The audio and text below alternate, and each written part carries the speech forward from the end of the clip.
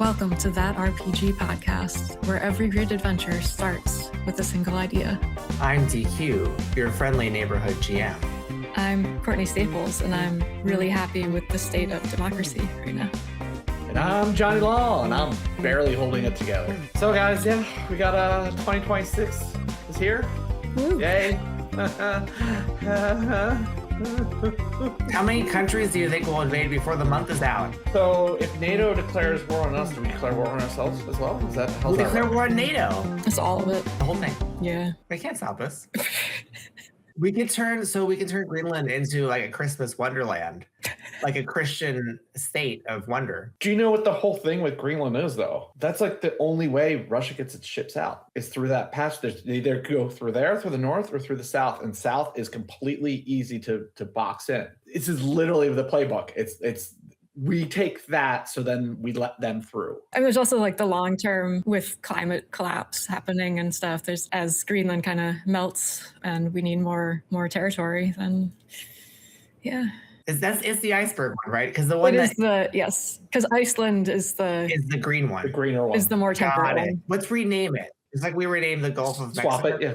Let's call it America Land. Christmas paradise. It's just like a giant shopping mall. Wasn't that the joke? It was going to be red, white, and blue land. I can't make dumb enough jokes for this. Yeah, I know. Anyway, let's get back to fantasy because reality is just too damn depressing, and I can't take it anymore. 2026, we're trying to figure out how to approach this dumpster fire and how to separate that reality from the fun games that we're going to play. So I think one of the main things we need to talk about is how do you set up your games? How do you set the table for your games, and how do you maintain it? In this Dear GM, we have exactly that question. The Dear GM prompt we were sent by an anonymous human being who really exists is, how do I set the table? I mean, literally, how do you go about setting the table for a game, online and in person? I also have players with ADHD and sometimes don't know how to keep their attention, especially when the party gets split and they're not involved. I think there's a couple of ways for us to talk about it. One is, what do we do as a GM when we're setting up our physical table or digital one? And then how do our players approach that environment that we create? And I think what we're really doing when we talk about setting the table is setting the stage for immersion. Because in order for narrative to arise from the sort of play we're doing inside the game, we have to forget that we're in the real world where Greenland will become red, white, blue land. And in order for that to happen, we have to not be distracted by the real world. And so I think that's why this is really a question about immersion. We could talk about the analog first, but I think what's funny for me is that even though we run almost all of our games digitally and remotely because we're all different states, I do rely on a lot of analog tools in order to run my games. You know, when I think about my physical desk that's in front of me, I have 3 monitors here. What I do have in front of me, aside from the monitors, is printouts, lots and lots of printouts. The first set of printouts I have is on individual pages. I have the session nodes of the adventure, and each page is just one node or one scene, depending on what it is. And I try to keep it as condensed as possible. We have in the OSR Plus game manual the notes as to how you can write in a shorthand that makes it simpler and condenses your writing. So I've got that as a document that I can kind of flip to a node depending where the players are. I also have a little stack of sheets that is the NPC stats. And this is written in the NPC shorthand that we also talk about in the Game Master's Guide, where it reduces a monster to like a little paragraph or set of bullet points.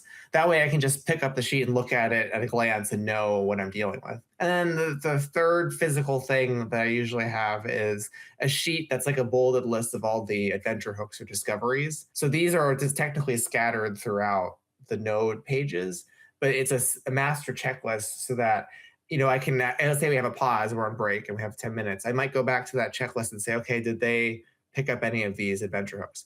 Then I can just check them off. And so if I'm in a different scene and maybe they missed something or maybe this hook got lost, I can say, okay, well, I need to put this hook someplace. So I can find an opportunity to place it.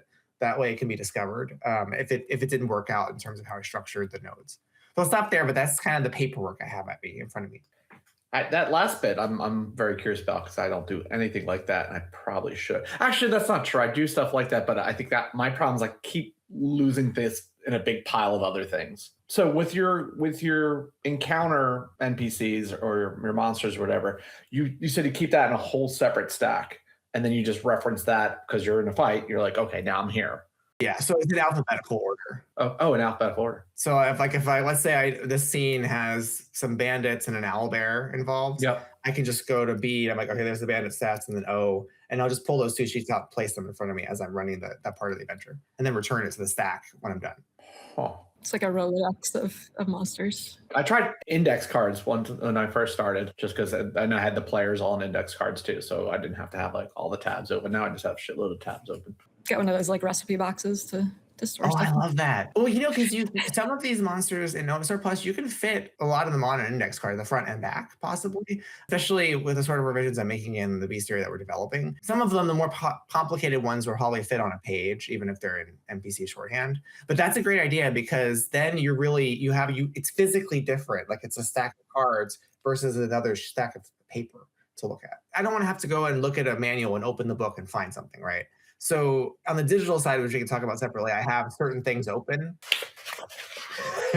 So I just want to be able to wrestle through paper and grab the paper. My mess of just reprinting the same thing over and over again because it didn't change between sessions, but I want a different copy this time. I want a fresh one Do you like writing on the sheets? Like I always, like if I'm in a battle, I write everything down physically. I'm still figuring out stuff. I'm not very organized in this kind of stuff to begin with. So I think I'm working at a deficit with that. One thing I was gonna say is that I tend to do is stuff with my body to like remember stuff but I'll actually like assign people to my fingers. Oh, interesting. Kind of keep like tabs of like who's been talking a lot and who hasn't. And just like, so I'm just like holding my offhand and then I'll forget. Yeah, just so it's like I'm not like sitting here counting. You're not like checking off whenever people speak. But I can be like, okay, so now I'm waiting. This is Courtney. Where are you, Courtney? You haven't said anything. So then now I'll like try to pull the focus to her character. Yeah, with tokens or dice, like if you had colored dice that represent the players. You said because I'm not organized, I think one thing I want to make sure that people realize is like the way you organize yourself it's never a deficit. It's like how you approach it, right? So like if for you the kind of rigid structure of having 3 stacks and having them in a certain order, the way that I approach it, the reason why I do that is because I have pretty strong anxiety when it comes to public speaking and being a social face. And so in order for me to feel in control of the situation, I like to be ultra prepared. Other people might have a more jazz approach where they just need a cue and they can go, so maybe that works for them. Which is my thing is like I kind of like I overthink things. And then once I'm in it, it's just like, well, fuck it. Like we'll do it live. That's why my organization doesn't exist, is because I do set up things, but then it just goes off the rails. And then I don't know, it's working so far. So I'll keep going with it. But I like you started making me do separate pages for notes because I also try to conserve paper. Why? World's going to shit anyway. But now doing just a node per sheet. So then it's just that you're not getting cut off or like starting at the like it's its own thing. Or at least at a minimum, if it has to go 2 pages, I make sure nothing like bleeds over. So like no split paragraphs, no mid-sentence. It has to be a separate paragraph that's a different idea. That way I'm going to go and see a different idea on that other page. But I started doing that and it helps a lot with just picking up things quicker. But I'm going to now start doing the list as well. I like that idea. The way you write it down, I found matters. We have more specific notes for this in a Game Master's Guide, but when I write it out, I write it on the computer, but I print it out. But I'll do stuff like everything's a bolded list for the most part. There's never more than a sentence. There's no paragraphs of information or sentences. I underline dialogue tags, which tags are kind of like talking points I want to get to. They may not be verbatim what I want to say, but they'll be like talking points. I underline those, they stick out. I'll bold stuff. I'll use brackets if it's an instruction to me, but not the players, so the information they're not supposed to have. There's a way of writing the notations so that visually you're cued into what it means. So if I look at the page and I see underlines, I know I can ignore that because that's a dialogue tag. That's not describing the scene. Whereas the sentence below the heading, that's going to be describing a scene in every case, or the environment they're in. So that kind of stuff helps if you need that level of detail to get yourself oriented. I mean, I think even if you don't need it, it could still certainly be helpful. Like just that visual hierarchy so you can glance at your notes and not have to spend even 15 seconds like figuring out where you are. It's just like, oh, that's the heading that I need. There we go. We're all set. Rather than like having to read through paragraphs and descriptions that you've spent hours and hours perfecting. What about as a player physically? Like, what do you have at the table? if we're not talking about digital, it's been a while since I played a non-digital RPG, but in that case, I would have either my character sheet printed out, or if it's digital, I'd have like a tablet with the character sheet on it, and dice, of course, like a sketchbook or notebook to take notes on. And I think that's generally it that I like really try to keep with me. I mean, obviously like food and drinks and stuff. When I'm in an in-person game setting, I feel like I'm less likely to get distracted generally. Like I do have ADHD. It's like the inattentive type. So externally, I don't look like I'm off in Neverland, but internally I have like 5,000 thoughts going on and can lose track pretty easily. But in person, it's usually easier to stay more focused. And I do like doing stuff with my hands. So like in person, I will doodle and stuff or draw my character, whatever. I don't know, it's just easier in person because it's like a designated kind of space, a designated zone where it's like, okay, I'm going to be role playing right now. And like my phone's going to be off to the side. I'm not going to be like browsing Reddit or whatever. That gets harder on the computer. So for the digital setup, I have dual monitors, generally have the video set up pretty large on my primary monitor. And then on my other monitor, I'll have half of it's the character sheet and the other half is a window for like notes and other references, and might have like another window for an owl bear display or something like that. I usually have all of the party up in tabs so I can kind of reference what everybody else has going on and nudge people like, hey, you have this skill that could be super useful right now. But I find that I have to kind of keep it limited to that, and maybe like Discord in the bottom corner or something to post GIFs and shit talk. But the second I open up a tab, I'm just gonna like check, Reddit or whatever really quick. It's like, this is a mistake. I've completely lost whatever this person was monologuing about or whatever. But there is still that like desire to kind of fidget. So I actually got myself these like fidget texture things. It's not like a fidget spinner, which is usually what people think of with that, but it's just this textured thing they can pick at and run your hand over and stuff. And I don't know, it scratches that itch for me, and it's unobtrusive. It doesn't show up on video or anything. I can just kind of do it, whatever. Yeah, it doesn't make noise, which is another thing to consider if you do have like fidget toys, because I think we have had one person who was doing a fidget spinner and it was like, what is that noise? Like, what is going on? And that's something to be mindful too of, like in person, if you have a propensity to fidget or need to occupy your hands, like make sure it's not going to distract other people if you're tapping a pen or pencil constantly and driving your other players insane. Well, I'm not allowed to have pens during podcasts because I'm tap, tap, tap, tap, tap. Yeah. I had no idea that was a thing. But I had heard of fidget spinners, of course, but I didn't realize there's like tactile objects that are meant to get your attention too. Yeah, so that's something you can physically put at your table. Exactly. Yeah. Yeah. Like if I were to go to a in-person RPG, I'd probably bring one along just in case, just to like fiddle with while I'm sitting there. Like I brought it to conventions even and stuff, just to like have something if we're, I don't know, learning rules or something of a board game. It's like, okay. What about you, John? Like if you think back to when you were playing physically at the table. So physically at the table is very similar to what Courtney said. I haven't played in decades with an actual paper sheet. So it's always a tablet or some smaller, rarely is it my full-on laptop. But we have done setups where we're like projecting and stuff like that to a larger screen. So I'm more comfortable sitting back further with a giant laptop. But beyond that, I just like to be in the moment, just try to enjoy everyone. Now, in physical spaces, though, I do think I lean less towards notes and research. And like when I'm playing online, I have multiple tabs open. Like Courtney said, I have everyone's sheets open.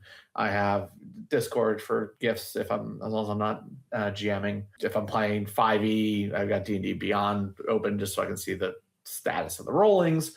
Certain characters, I'll have a separate document open of quotes I want to do or lines or like items. I do that too in my notes sometimes. If I think like, I want to give this kind of monologue at some point, I'll like start typing up a draft and keep it going through the note stock. But one thing I heard that was really cool, and I don't have this issue because this is usually all I think about when I'm not playing is playing. Autumn, she would write things that like, I haven't used this ability or I have this item and like give herself notes to remind in the heat of the moment, there's things you could do there. Like she's really good at noting. And same thing with Chris's wife, Dina. She would do similar stuff like brand new to D&D and playing a bard and in 5e, you get all these crazy little things. She would like just write down little bits to help her like, okay, next session, remember to use your inspiration, like remember to do this, or like just to try to like, set yourself up walking into that game that you have these tools. And I do notice myself doing that, but it's more usually like, all right, I really want to combo this, or I want to try to do this, or like with the D dice playing marshals, like that's usually a thing where I'm like, all right, what can I dream up that could possibly be like a universal thing I could pull off in a scenario. The other thing I was going to say too, when you're talking about the fidgeting, is I don't know if you noticed at Quest of Queens, but Allie looks like she's taking notes. She's actually coloring. It allows her to focus on that. She's still listening. It's not like she's not paying attention, but she's focused instead of like wandering off. And I find myself all the time when like we're doing like recaps or something like that, I'm going through my sheet and like, all right, what do I have? And I'm like, I wasn't listening to the recap. Like, that's the whole point of the recap, is to get me in the. And to your point, though, I feel like recaps, there's something unsolved about their way they're conducted, right? Like we used to try different methods of doing recaps, but at the end of the day, it never worked. And I don't know, like I mean, this is a tangent, but when I approached recaps, instead of trying to recount everything that happened, my new approach was only mention the things that would be relevant to the narrative that I think is important for the players to remember. That minimizes a lot of it. But even so, just having someone monologue at you what happened is always very tedious. And I still haven't solved a way to make that super engaging, because we tried to make other players do it in the past. That puts them on the spot. I try to incentivize players, saying you get something if you do it. Again, it makes the people who like to do it benefit. I don't know how to solve it. I do really like the coloring idea for the pre-cap. Like I might even start doing that, because I definitely struggle with pre-caps where it's like I want to pay attention, but I have my notes over here and I'm trying to compare my notes to what they're saying, and like I get distracted inevitably, and then partway through I'm like, oh, I know I missed something, but I don't know what it was, and I don't want to make them repeat it again. And I haven't done that during games themselves yet, because I like to see people's expressions and faces and stuff, but I could see that being useful for like splitting the party type situations where the focus is on, other players or one other player, and I'm not involved. And because that is also challenging. Like I want to pay attention, but it just feels really difficult to like get pulled in fully when I'm not actually a part of the scene. And I mean, for GM, like tactics, like I really like what you both do as far as asking players to like describe the scene or like add something to the scene, or if there's, I don't know, a dream sequence in somebody's childhood bedroom, like what items are there and stuff like that. Because that's a cool way to not just get pulled in, but also like contribute to that character in a way. There's something about co-GMing, I think, that could be exploited better, not only when you have a split party, but also possibly when a player is out of the scene, like unconscious, that I'm playing with right now. But the idea there could be that when a player is not in the scene, or say they're knocked out, they're able to contribute a narrative advantage on their turn instead. But their narrative advantage can't be obviously something that they're doing because they're not there. But it could be something that they're contributing to the scene in the player's favor, that then the GM recognizes and the other players can take advantage. That might keep them engaged. And I want to play with that in the future. Kind of give them like an inspirational or some kind of otherworldly effect on the past or something. Like, yeah. Like some like it could be as simple as like on my turn, let's say they're in a courtyard, they're trying to sneak through or something. The player who's out of the commission maybe could say like, well, I'm adding to the scene on my turn that there are all of this overgrowth of vines on all the castle walls, and the growth of vines seems to stretch all the way up to the portcullis that could be where you could possibly get over the balcony. And the GM could then modify that. But that by adding that little thing to the scene, now the players have other to work with. It's interesting. It's definitely a concept that seems it needs to be workshopped a bit and play tested, obviously. But like I see it having some good legs to stand on. Pat myself on the back. Well, then I don't know if you remember, this is pre-Courtney and Great White North, but we had a scene split, and we resolved the scene before we did the scene. Like we decided it was a scene check, so we did that. So we already knew what you guys were going to get. Like we already knew, but we wanted to act it out because it was going to be funny. There was your character and Will's character going to talk to a character that Allie played in another game. Oh, that one was so good. Martha Batartha, who's just hilarious. And so that's how this all started. I was like, I want you to play Martha. David played the blind husband. And it was just like, it was hilarious because you guys were part of the scene. and you're actually driving the scene. And I was just trying to like egging it a little bit, and it was already resolved, so it's not like you could get like anything extra out of it. I think you did get extra stuff just because like it was entertaining. So I was like, okay, yeah, all right, cool, whatever. We'll give you a little advantage on this next thing or whatever. And the doors open. It is Martha's husband, her aged husband, who will be played by David. The door opens. He's like, hey, come in. Yes, come in. He looks like he's dying. I may be blind, but I am not deaf. Right, honey? Oh. And he smacks the cow. Could we have some time to speak to Martha Batartha alone? Oh, by all means, honey. You have some guests. I'm going to go and make myself a nice meat. And then he walks into what looks like a closet. So as you guys look at the room that he's the sitting room that he's pointing towards, you see Martha hanging out there, but she does have another female Tarth sitting with her. Making me play two characters in the same game is tough. Well, hello there, and who the f*** are you, and what are you doing in here bothering me and my husband? I'm not sure exactly who let you through, but come on over here and let me get a look at the two of you. Aren't you both just something fine? Well, speak the f*** up. I'm still sitting here wondering, can you believe how rude these are? They walk in here, they make my husband walk into a closet, and now he's just hiding in there because he's too much of a idiot to turn around and walk back out. Martha, my dear, Leonore walked in the closet in his own accord. They had nothing to do with it, you know that. But anyway, she does have a point. Who are you? I'm just still amazed that I'm actually meeting a real Martha Batartha herself. Well, stop being amazed and start talking a little bit more about why you know me and what you're looking for from me, eh? Do you mind if my friend and I sit here to have a conversation? She thinks about that really hard. Now, you look like someone I could get along with. That one, she just stares at Cornelius hiding behind his book. Come on, man, what the is this? Put it down. Let me see your face. Oh, he just gets a little bit worked up when he has a really good deal to share. So her ears perk up. What do you mean a deal? I don't know if you know anything about me, but I do love a good deal. As he begins talking, the book slowly gets removed from his mouth. Miss Batartha, you might have been aware that can you maybe spit it out a little bit? that not we directly, but that there was a and he's just like muttering the out of this. Hal pinches his butt secretly. Oh, there was a blockade in the city. Oh, yes, of course. I knew that. I know everything. It goes on in the city. So appreciate you coming in to tell me information that I already know. What else do you have for me? How would you like to make a deal for the that are currently being stopped from getting into the city? You got a cornered market. I think it might make sense if we get a little trash before we have this conversation. I hear you have some good wine here. Oh, now this is a girl who speaks my language. She reaches down just next to her and just brings out 3 glasses and a bottle and then looks at the skinny one next to her. I don't know, do you imbibe? Don't be silly, darling. I'm not driving today. So tell me a little bit more about what you got. As of right now, we're looking at a cornered market for the Damon Anus. Oh, the Damanus, it's one of my favorites.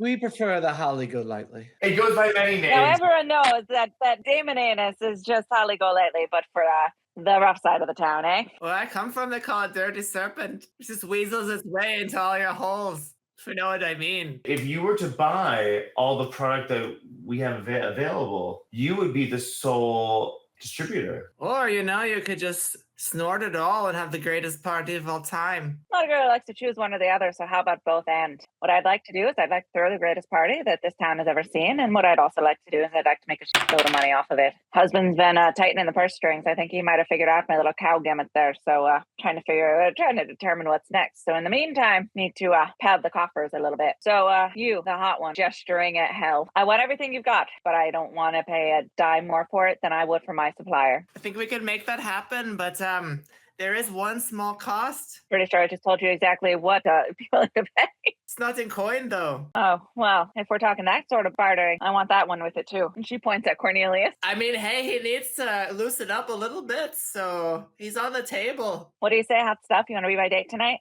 No, don't worry about my husband. He doesn't know. He'll stay in that closet until the cows come home. Get it? You hear him fumbling in the closet. What do you say, Cornelius? This could be an adventure for a lifetime. He's like, That's like maybe for him as a yes, so you gotta read between the lines. Cornelius would add, well, as far as paying, send more than what your dealer would pay for it, we're giving you quite the opportunity to make way more money than you ever would before. So I think you should take, and he writes down an appropriate number for the amount. The other Tarth lady sitting on the couch, she leans towards Martha and whispers into her ear, you could immediately turn this over for a high profit. I know just the person. All right. So I think Martha agrees to what you write down, Cornelia. So when she seems to see the business logic of it, that's when Hella's going to try and get her to think about the party, because she doesn't want her to sell it to someone else. Otherwise, that we would have failed in our task. She wants her to use it up in the party. You could sell it for a profit, like my companion is saying, and that's all well and good. But as far as I know about the house Batartha, it's already very wealthy, but seems to have a little bit of a tarnish on its reputation, from what I tell. And not because of you, Martha, but if you were to, say, raise your profile. Oh, my sweet summer child. It's exactly because of me that you've heard all these rumors. And I may say I'm very pleased to know that they've reached the ears of even travelers like you. It makes me know that my mother hears it every day. And God, nothing makes me happier than knowing my mother. So thanks for sharing that little tidbit with me, darling. She puts her hand on Martha's knee and she says, but what I was getting at is, don't you want to make your mother even more angry? Turn that tarnish into a big hole? Keep talking. What I'm saying here is, you've got a bunch of itchy people who don't have any access to their fix, and you could be filing them all into this building and having the craziest party ever conceived in Tarth. And for the cost of what? $450? Martha's immediately convinced, and she decides to throw the party. But like that kind of concept of making, it's kind of like co-GMing, but putting players that aren't in the scene as NPCs that aren't necessarily going to affect the outcome. They might add some flavor to it. If everyone does a really good job, sure, maybe get something, but that's why we're here to begin with. It's a way of describing co-GMing. Like if you think of Magic University, which is one of our games, one of the concepts is that players who played a scenario before can come back and participate, but they play it as an NPC instructor or as an NPC that's part of the adventure. As a GM, we inhabit NPCs. So essentially what they're doing is you're giving them a limited scope of NPCs they can inhabit for the scene, and they're directing the narrative to some degree. So you're in a sense sitting in the seat of the GM. Well, even like with the beginning of Fiscalo, we did that with, I wanted to play in this game, but you already had a full party, and you're like, well, and like you play in every other game, so step back. But you let me for a little while play a NPC, and the whole thing was that the deal was like, it can't be about me. Like I can make a scene, I can steal a scene, but he can't be the hero. Like that's and so we made him a freaking coward. But that was not my doing. Yeah, well, I don't even think that was my doing. No, I think that was the other players. I mean, the coward part. I definitely. Yeah, that was hilarious. Yeah, that was. Yeah. Drinking? Yeah, he ended up drinking his own pee in jail or something like that. Yeah, I love the idea of having other players take part in scenes as NPCs. Like, even if, like you said, it's just for flavor, but it totally makes sense. Like, if you have one character going into a tavern or something, like, why not bring the other players in as just backdrop flavor, pretty much? And it's a way to keep people engaged. And, if you're playing virtually, it's a way to keep them from glancing at their other monitor and kind of going off to do whatever. And it's the exact same concept as when you're describing a scene and having all the players add an element to the scene. It's like, it's not going to break the game. It's not going to take away from the GM's plan. All it's going to do is just get everyone involved and contributing. And now all of a sudden that's their world. It's not the world they're walking into. The reason why we care about these things beyond, having, your fellow players being involved in the activity you're participating in, we care about it as a GM because what we're trying to foster is, again, immersion, which we talked about at the beginning. And immersion is having the rest of the world fall away so that the narrative can be coherent and everyone can be in it. There's techniques that we can use, which you alluded to, Courtney, as a GM in order to keep that immersion going. We talked about this before in, I think, earlier episodes, but obviously rotating the spotlight frequently keeps people invested. But as far as immersion is concerned, we want to make sure the environment is seamless. So I think music is really important, because if everyone's hearing the same thing, in a sense, they're in the same place. I know some players don't like music at all and they'll turn it off, which is fine. But the majority of players I've interacted with really benefit from the music, because it'll start to make them all behave in concert with how the music, what feelings the music is portraying.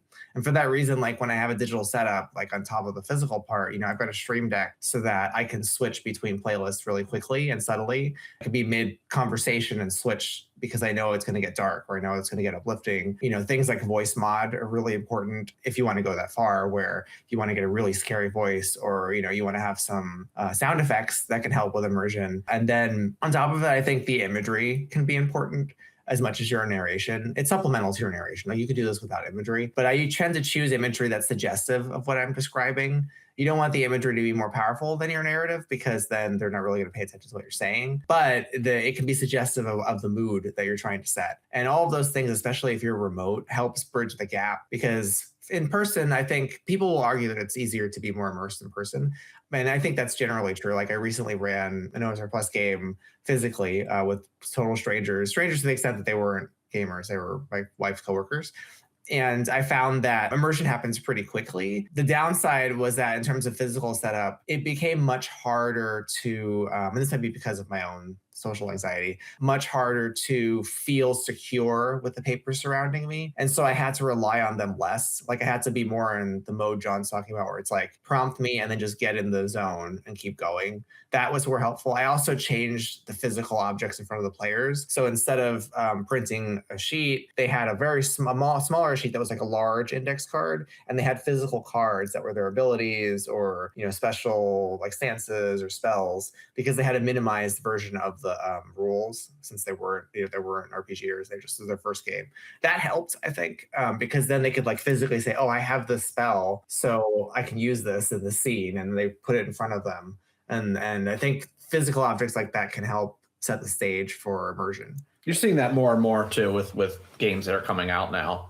From indie stuff to Daggerheart, like having those physical cards to just make it more, bring it back to like a board game route too, and not just have it be this long sheet of information that you can gloss over.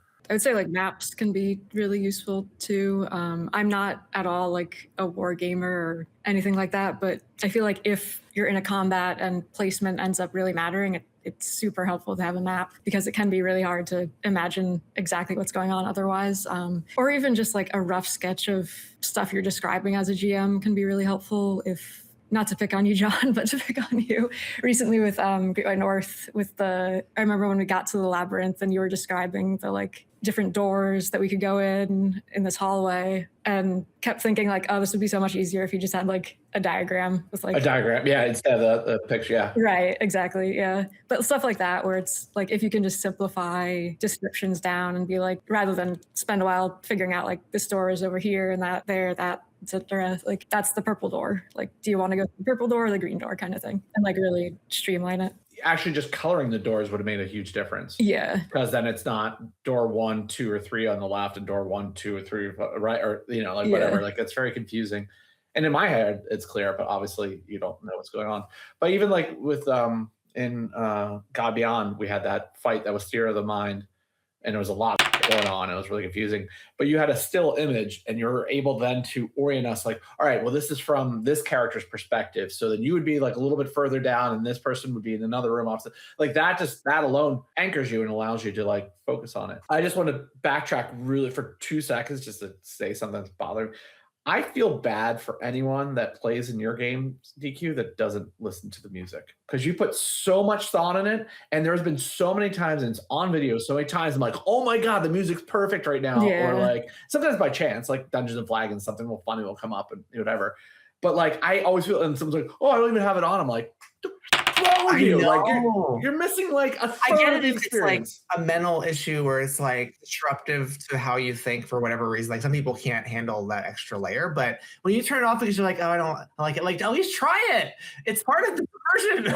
I keep it down pretty low generally, but like, especially if we're like having lots of back and forth discussion. But if like during like the precaps and stuff like, or when you used to do like the kind of pre-dream sequence type things, like I would leave it up for that because it was always like super atmospheric with like the leftover soundtrack on in the background and stuff. Yeah. I do try to pay attention. I appreciate that because I do try to pay a lot of attention to the music because I want you to feel something and have your mind be in a certain state. That way we can enter the game.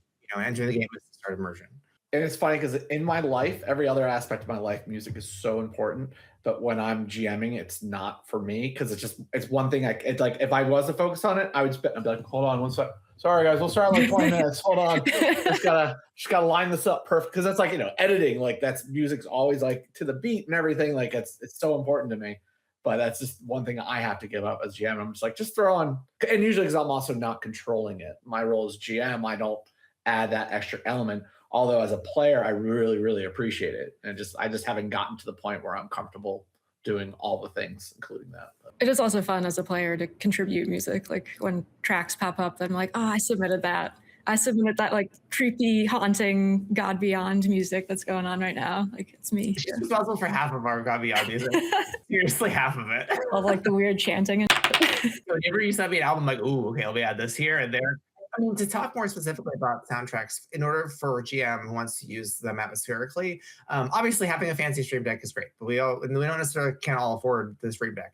If you don't have a stream deck, it could be as simple as using Spotify, make a bunch of playlists. I try to make my playlists very broad. So as an example, for God Beyond the Portal, I'm just gonna look at my stream deck right here. I only have 1, 2, 3, 4, 5, 6. I have 8 playlists that are possible. So they're labeled very cleanly. So it's like danger, holy, titles, happy, sad, dark, victory, quiet. So that way, if I know the scene could potentially be dangerous, I can click danger.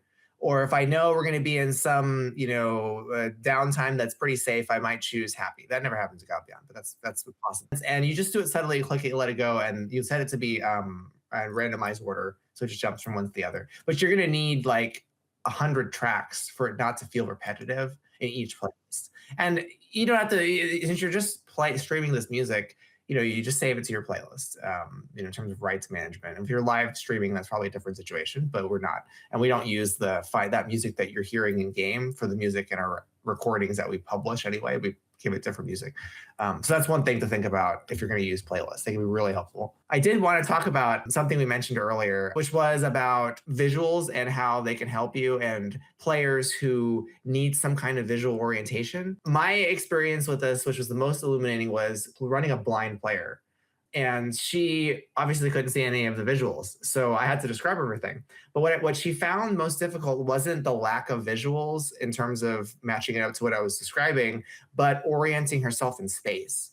Because her experience of that obviously is different than ours. And so when I would say something like, oh, they're 10 paces ahead, or they're an encounter distance away, or they're to the left of you, or they're like up and to the right, it doesn't mean anything to her because she doesn't have an actual reference for that in the way that we do. So I had to think of different ways to describe them. And usually it was in relationship to something else to orient her. So that's something to think about. Like imagine that your player is blind. How would you get them to understand what's happening if the scene is really complicated?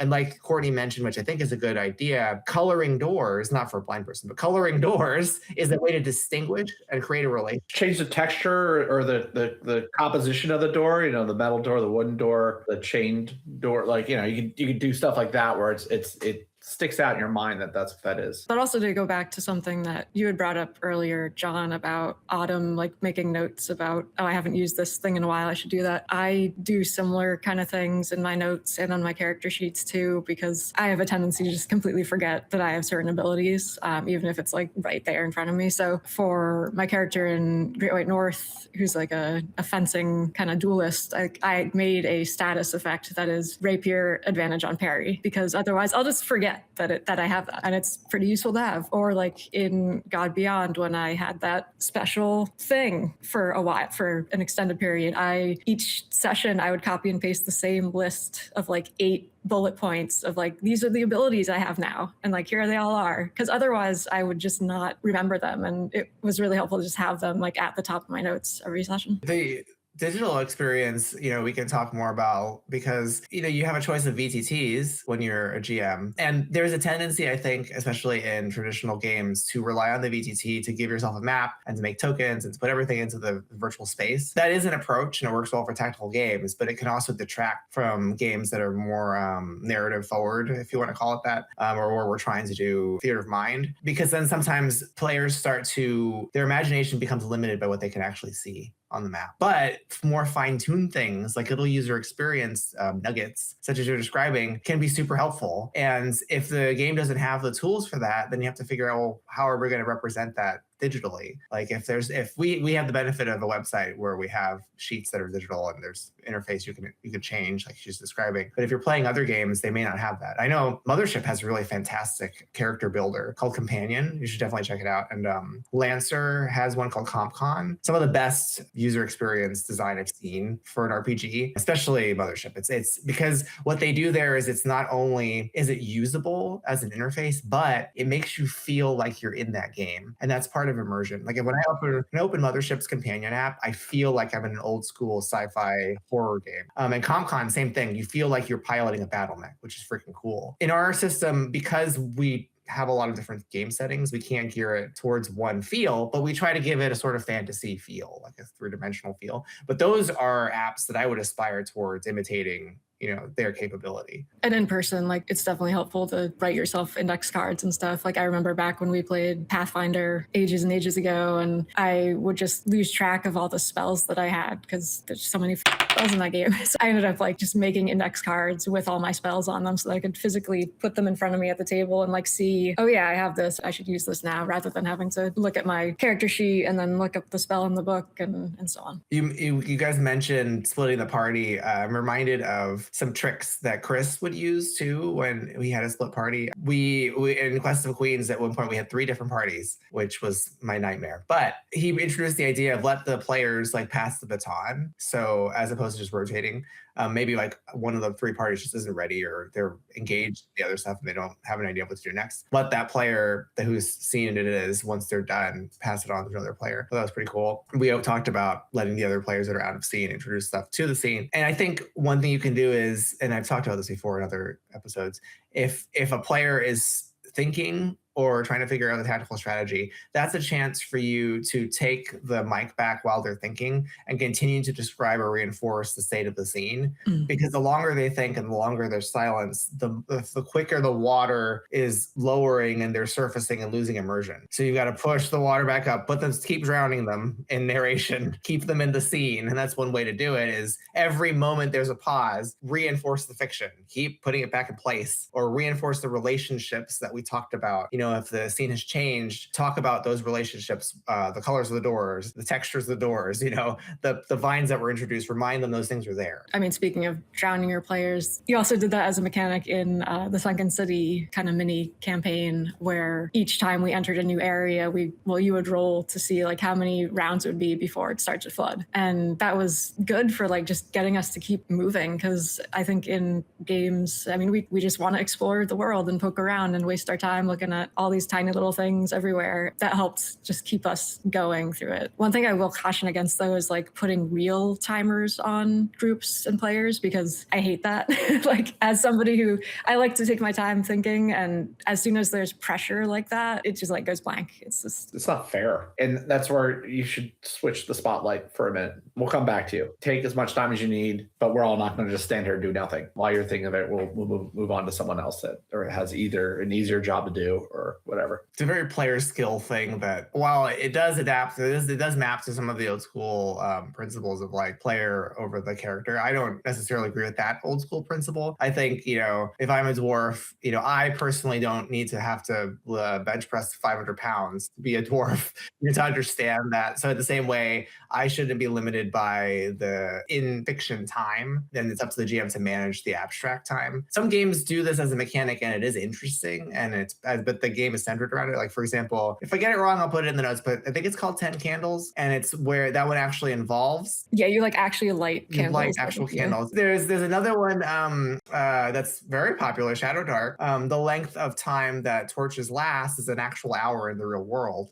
So as the game progresses, your torches go out. And then of course there's what's the Jenga one? Dread. You're pulling blocks out of the Jenga tower that can be your death. And so like the actual act of pulling out blocks is based on your player's skill, right? That's a gimmick that the game is built into it, as opposed to you imposing that arbitrarily. Exactly. Yeah, it's like, I don't know, if somebody breaks out a timer for like a board game turn, I would be like, no, what the no, absolutely not. Even if I'm not like the slowest person playing it, I just don't like the vibe that it sets and like the constraint to like, okay, think on your feet and like put yourself in this environment that you're imagining, and you're probably imagining something that's different than what the GM is imagining, and so on. Which I guess that's another thing too. Like as a GM, make sure you're very clear in your descriptions of things, and also like give your players some leeway if they don't describe exactly what you had in mind for a scene. Like, I don't know, if you have some very specific placement of like a door or a window that you want, then like make sure that's either very clear or they can kind of fiddle with it a little bit so they don't get annoyed by the fact that they didn't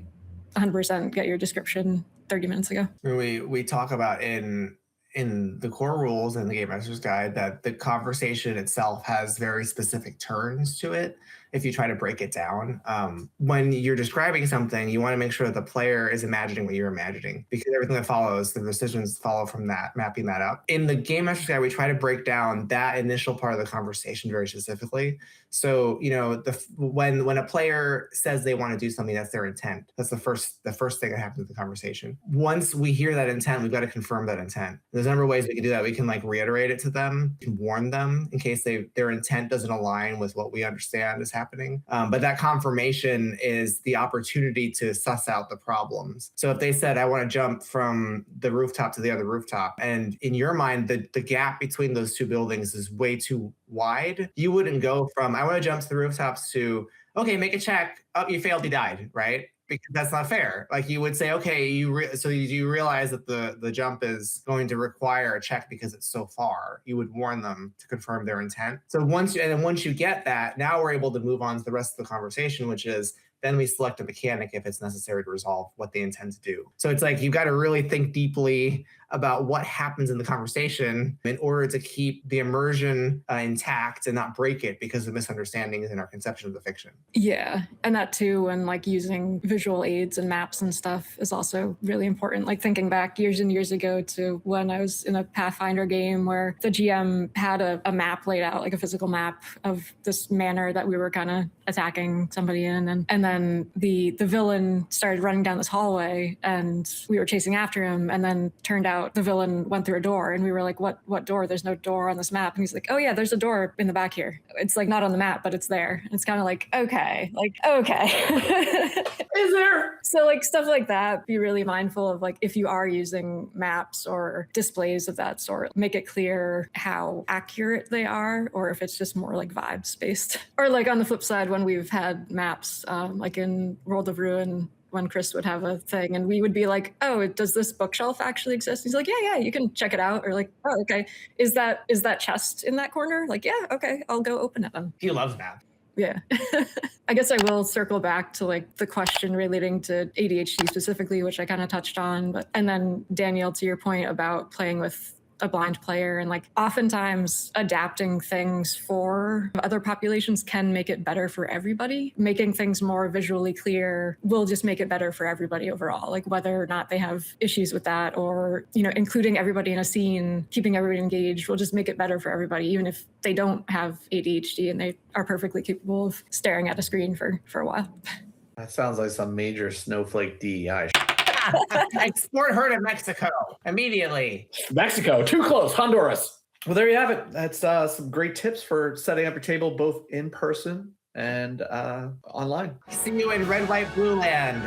Take us away, Courtney. Yeah, take us away. Away from all this horror. Oh, I'm down to 2 candles. Fuck. You can follow us at OSR Plus on YouTube or join our Discord at osrplus.com. If you want to support us, visit our Patreon, patreon.com/OSR+ for early access to our content and premium access to our digital tools. See you next time.